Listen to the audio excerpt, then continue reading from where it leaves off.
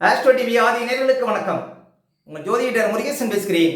இன்றைய வீடியோவில் மேஷராசிக்காரர்களுக்கு செவ்வாயினுடைய பெயர்ச்சினால என்னென்ன அதிர்ஷ்டங்கள், என்னென்ன மாற்றங்கள், என்னென்ன யோகங்கள் கிடைக்கப் போகிறது என்பதை பற்றித்தான் இன்றைய வீடியோவில் நாம் பார்க்க இருக்கிறோம். தமிழுக்கு குரோதி வருடம் சித்திரை மாதம் 9ஆம் தேதி முதல் வைகாசி மாதம் 18ஆம் தேதி வரை ஒரு 40 நாட்கள் மேஷராசிக்காரர்களுக்கு செவ்வாய் பகவான் ராசிக்கு விரயஸ்தானத்தில் சஞ்சாரம் செய்திருக்கிறார். ஆங்கில தேதிக்கு 22/4/2024 முதல் 31/5/2024 வரை ஒரு 40 நாட்கள் மேஷராசிக்காரர்களுக்கு அதிபதியாக உள்ள செவ்வாய் பகவான் விரயஸ்தானத்தில் சஞ்சாரம் செய்திருக்கிறார். இந்த 40 நாட்களும் மேஷராசிக்காரர்களுக்கு என்னென்ன மாற்றங்கள் நடக்கும் என்பதை பற்றி தான் இன்றைய வீடியோவில் நாம் பார்க்க இருக்கிறோம். இப்போ மேஷங்கிறது காலபுருஷ தத்துவத்தில் முதல் ராசி. இந்த ராசிக்கு அதிபதி செவ்வாய் பகவான் ஆவார். மேஷராசிக்குள் அசுபதி நட்சத்திரம் 4 பாதங்களும், பரணி நட்சத்திரம் 4 பாதங்களும், கார்த்திகை நட்சத்திரம் முதல் பாதமும் இந்த ராசிக்குள்ள வரும். பொதுவாக மேஷராசிக்காரர்கள் ரொம்ப விரைவாக செயல்படக்கூடியவர்கள், எடுத்த காரியத்தை உடனே முடிக்கக்கூடியவர்கள், கம்பீரமாகவே வாழ்ந்து படுக்கப்பட்டவர்கள். அதே போல பஞ்சுவாலிட்டினா அது மேஷராசிக்காரர்களே சாரும். அதே போல மேஷராசிக்காரர்கள் நாளுக்கு நாள் வாழ்க்கையில முன்னேற்றத்தை அடையக்கூடியவர்கள் இந்த ராசிக்காரர்கள். சரி, மேஷராசிக்காரர்களுக்கு இந்த செவ்வாயினுடைய பயிற்சி எப்படி இருக்கும்? பொதுவாக செவ்வாய்ங்கிறது யார் அப்படின்னு பார்த்தீங்கன்னா, இப்போ நவ கிரகங்களில் செவ்வாய் ஒரு முக்கியமான ஒரு கிரகம். இன்னும் சொல்ல போனால் நம்ம உடம்புல உள்ள இரத்தத்திற்கு காரகம் உள்ளவர் இந்த செவ்வாய். சிவப்பு நிறத்திற்கு உடையவர் இந்த செவ்வாய். அதே போல் மேஷ ராசியில் விருச்சக ராசியில் ஆட்சி பலமும், மகர ராசியில் உச்ச பலமும், கடக ராசியில் நீச்ச பலமும் உடையவர் இந்த செவ்வாய் பகவான். அதே போல சந்திரனோடு சேர்க்கை பார்வை பெறும் பொழுது சந்திரமங்கல யோகம் என்ற ஒரு சிறப்பான யோகத்தை கொடுக்கக்கூடியவர் செவ்வாய். அதே போல குருபவனுடைய பார்வை சேர்க்கை பெறும் பொழுது குருமங்கல யோகம் என்ற ஒரு உயர்ந்த யோகத்தை கொடுக்கக்கூடியவர் செவ்வாய் பகவான். அதே போல சுக்கரோடு சேரும்போது சுக்கர மங்கள யோகத்தை கொடுக்கக்கூடியவர் செவ்வாய். அதே போல செவ்வாயினுடைய காரகத்துவத்தில் முக்கியமான காரகத்துவம் அப்படின்னு பார்த்தீங்கன்னா, இந்த யூனிஃபார்ம் போடுறது, அதாவது போலீஸு, இராணுவம், அதே போல் நேவி, ஏர்ஃபோர்ஸு, தீயணைப்புத்துறை, இது போன்ற நாட்டை பாதுகாக்கக்கூடிய துறைகளில் இருக்கக்கூடியவர்கள் இந்த செவ்வாயினுடைய ஆதிக்கத்தில் பிறந்தவர்கள். முக்கியமாக செவ்வாய்ங்கிறது ஒரு ஸ்பீடு கிரகம். அப்போ கரண்ட்டுக்கு, மின்சாரத்துக்கு காரகம் உள்ளவர் இந்த செவ்வாய். அதே போல் கட்டிடக்காரகன் அப்படின்னு சொல்லக்கூடியவர் பார்த்தீங்கன்னா செவ்வாய் தான். அப்போ சிவில் சார்ந்த துறையில் அதிகம் ஜொலிக்கக்கூடியவர்கள் இந்த செவ்வாயினுடைய ஆதிக்கம் பெற்றவர்கள். அதே போல் கனரக இயந்திரங்கள் செவ்வாயினுடைய ஆதிக்கத்தில் வரும். அதே போல் பூமிக்காரகன் பார்த்தீங்கன்னா செவ்வாய் பகவான். அப்போ ரியல் எஸ்டேட் சார்ந்த துறையில் ஒருவர் அதிக வருமானம் அடையணும் அப்படின்னா செவ்வாயினுடைய பலம் வேணும். அதே போல் வருவாய்த்துறையில் இருக்கக்கூடியவர்கள் நிறைய பேர் பார்த்தீங்கன்னா இந்த செவ்வாயினுடைய ஆதிக்கத்தில் பிறந்தவர்கள்.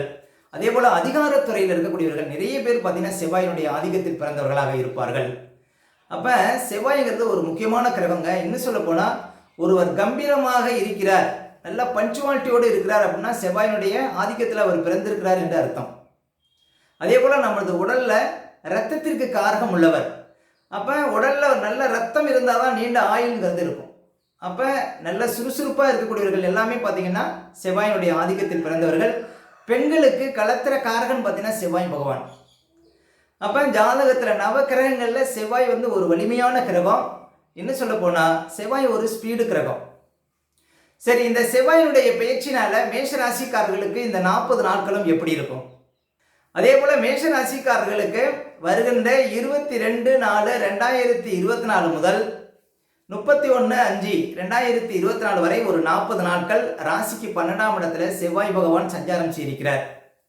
இந்த செவ்வாய் 12ஆம் இடத்துல 40 நாட்கள் சஞ்சாரம் செய்யக்கூடிய காலகட்டத்தில் மேஷராசிக்காரர்களுக்கு என்ன பாசிட்டிவான விஷயங்கள், என்ன நெகட்டிவான விஷயங்கள் இருக்கும் என்பதை பற்றி தான் இன்றைய வீடியோவில் நாம் பார்க்க இருக்கிறோம். மேலும் வருகின்ற 22/4/2024 முதல் 31/5/2024 வரை கிட்டத்தட்ட ஒரு 40 நாட்கள் செவ்வாய் பகவான் ராசிக்கு 12ஆம் இடத்துல ராகுவை நோக்கி பயணிக்க இருக்கிறார். இந்த 40 நாட்களும் மேஷராசிக்காரர்களுக்கு என்னென்ன பலன்கள் நடக்க இருக்கிறது என்பதை பற்றி தான் இன்றைய வீடியோவில் நாம் பார்க்க இருக்கிறோம். இப்போ மேஷ ராசிக்காரர்களுக்கு செவ்வாய் பகவான் உங்கள் ராசிக்கு அதிபதியாகவும் 8ஆம் அதிபதியாகவும் வரக்கூடியவர். இப்போ வருகின்ற மே மாதம் 1ஆம் தேதியிலிருந்து ஜென்ம குரு விலகி ராசிக்கு 2ஆம் இடத்துல குரு பகவான் கிட்டத்தட்ட 1 வருடம் சஞ்சாரம் செய்திருக்கிறார். இந்த 1 வருடமும் மேஷ ராசிக்காரர்களுக்கு மிகச்சிறந்த நற்பலன்கள் கிடைக்க இருக்கிறது. கிட்டத்தட்ட 1 வருடமாக ராசிக்குள்ள ஜென்ம குருவாக இருந்த குரு பகவான் மேஷராசிக்காரர்களுக்கு நிறைய மன அழுத்தத்தையும் மனக்குழப்பத்தையும் வாழ்க்கையில் நிறைய கஷ்டங்களையும் கொடுத்துருப்பார். அதாவது இன்னும் சொல்ல போனால் எப்போதும் ஒரு டென்ஷனாகவே இருந்திருப்பீங்க மேஷராசிக்காரர்கள். கிட்டத்தட்ட மே மாதம் 1ஆம் தேதி வரையும் அந்த டென்ஷன் இருக்கும். மே மாதம் 1ஆம் தேதிக்கு பிறகு வாழ்க்கையில் நல்ல ஒரு அதிர்ஷ்டகரமான பலன்களை மேஷராசிக்காரர்கள் பார்க்க போகிறீங்க. ஏன்னா குரு பகவான் உங்களுக்கு மிகச்சிறந்த நற்பலன்களை கொடுக்க போகிறார். எப்படின்னா லாபஸ்தானத்தில் சனி பகவான் இப்போ மிக ஒரு சிறப்பாக சஞ்சாரம் செய்து கொண்டிருக்கிறார். 2ஆம் இடத்துல குரு அமரப்போகிறார். இது எல்லாமே சிறப்பு. மேஷராசிக்காரர்களுக்கு மிகச்சிறந்த நற்பலன்கள் இன்னும் ஒரு வருடம் கிடைக்க இருக்கிறது. சரி, இந்த செவ்வாய் பகவான் ஒரு 40 நாட்கள் குரு வீட்டில் 12ஆம் இடத்துல, அதுவும் ராகுவை நோக்கி பயணிக்க இருக்கிறார். மேஷராசிக்காரர்களுக்கு அவர் அதிபதி. உங்கள் ராசிக்கு அதிபதி ராகுவை நோக்கி பயணிப்பதனால இந்த 40 நாட்களும் பாருங்க ஒரு சில விஷயத்தில் ரொம்ப கவனமாக இருக்கணும். எந்தெந்த விஷயத்தில் கவனமாக இருக்கணும் அப்படின்னு பார்த்தீங்கன்னா, மேஷராசிக்காரர்களுக்கு ராகுவை நோக்கி உங்கள் ராசிக்கு அதிபதி பயணிப்பதனால ஏதாவது சின்ன சின்ன ஏமாற்றங்கள் வரும். அதாவது வேற்று மதத்தினரால் வேறு ஜாதியினரால் உங்களுக்கு ஏதாவது ஏமாற்றங்கள் வருவதற்கு வாய்ப்பு இருக்குது. கவனமாக இருக்கணும். அதே போல் இந்த நீரினால் பரவக்கூடிய ஏதாவது சின்ன சின்ன விஷச்சுரங்கள் வருவதற்கு வாய்ப்பு இருக்குது. கவனமாக இருக்கணும். அதே போல் ஃபுட் பாய்சன், அதாவது நீங்கள் சாப்பிடக்கூடிய பொருள்களே உங்களுக்கு ஏதாவது ஒரு சில கஷ்டத்தை கொடுப்பதற்கு வாய்ப்பு இருக்குது. ரொம்ப விழிப்பாக இருக்கணும். மொத்தத்தில் பார்த்தீங்கன்னா உங்கள் ராசிக்கு அதிபதி ராகுவை நோக்கி பயணிக்கிறார். ஏமாறாமல் இருந்தால் ஓகே. ஏன்னா இந்த 40 நாட்களும் ஒரு சில ஏமாற்றத்தை கொடுக்கும். மேஷராசிக்காரர்கள் விழிப்புடன் இருக்க வேண்டும்.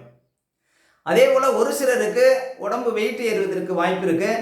இப்போ நீங்கள் உங்களுக்கு உடம்பு சரியில்லை, ஏதோ ஒரு டாக்டர்கிட்ட போகிறீங்கன்னா வைத்தியத்திற்கு கட்டுப்படாது. உங்கள் உடம்புல எந்த பிரச்சனையும் இல்லைன்னு டாக்டர் சொல்லுவார். ஆனால் உங்களுக்கு ஏதோ உடம்புல கோளாறு இருக்கிற மாதிரி தெரியும். இந்த 40 நாட்களும் உங்கள் உடம்புல உங்களோட உடல் ரீதியாக எந்த பிரச்சனையும் இல்லை. அதாவது எப்படின்னா ஒரு பில்லி சூனியம் வச்ச மாதிரி தெரியும் உங்கள் ராசிக்கு அதிபதி ராகுவை நோக்கி பயணிப்பது. அப்போ இந்த காலகட்டத்தில் இந்த பில்லி சூனிய ஏவல் இதை கண்டு பாருங்கள், நீங்கள் ஏமாறக்கூடாது.